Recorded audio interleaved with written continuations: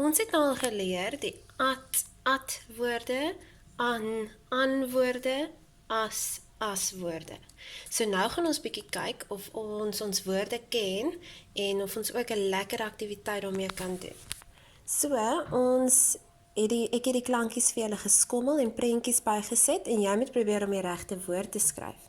So eerste het ons vir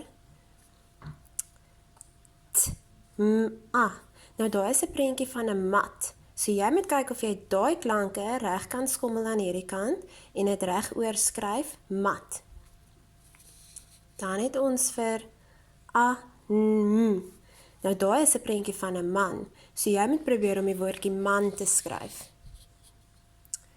Daar is 'n kas.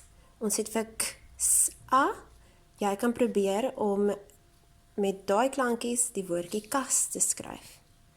Daar is 'n kat. So jy kan kyk hierso, en dan kan jy vir kat daar uitskryf. Hier het ons vir ap. Nou daai is 'n prentjie van 'n pan. So jy moet probeer om vir pan te skryf.